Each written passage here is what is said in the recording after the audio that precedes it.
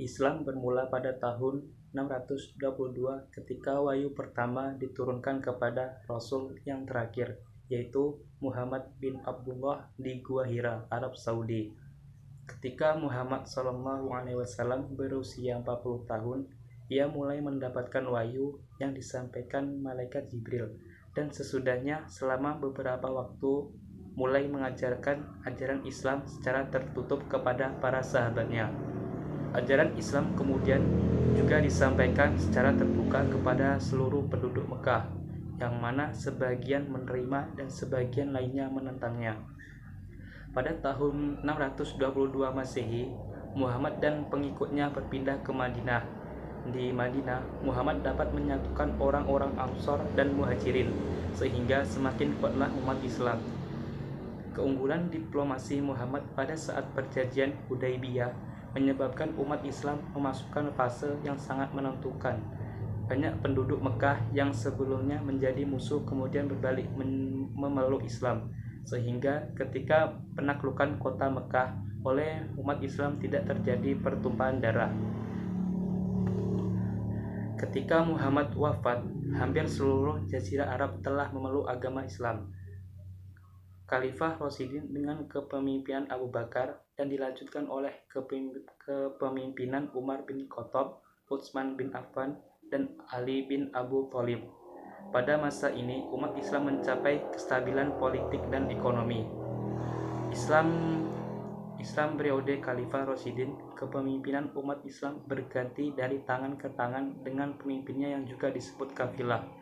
Pada periode ini, kafilah tidak lagi ditentukan berdasarkan orang yang terbaik di kalangan umat Islam, melainkan secara turun-temurun dalam satu dinasti, sehingga banyak yang menyamakannya dengan kerajaan.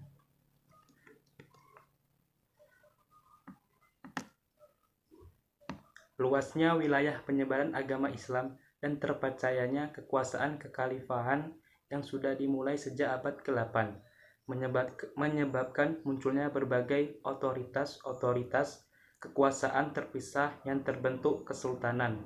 Misalnya Kesultanan Safawi, Kesultanan Turki Seljuk, Kesultanan Mughal, Kesultanan Samudra Pasai, dan Kesultanan Malaka, yang telah menjadi kesultanan-kesultanan yang memiliki kekuasaan yang kuat dan terkenal di dunia.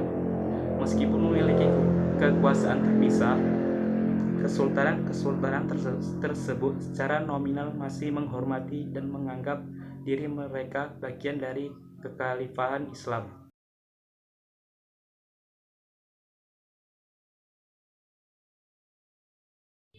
Ada beberapa teori terkait sejarah masuknya ajaran Islam ke Indonesia, yaitu teori Gujarat, teori Mekah, dan teori Persia. Teori Gujarat. Pendapat tentang teori masuknya Islam ke Indonesia yang pertama datang dari teori Gujarat. Dalam teori ini diceritakan Islam masuk ke Nusantara pada abad ke-13 Masehi dari pedagang India Muslim.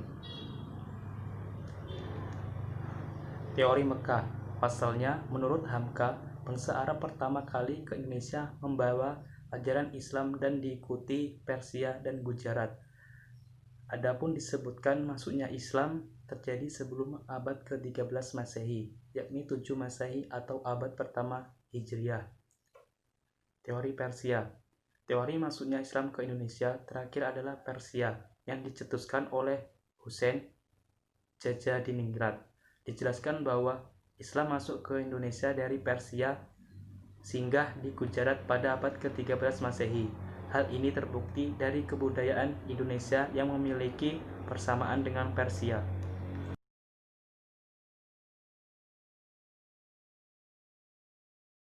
Masuknya Islam ke Jambi dan perkembangannya.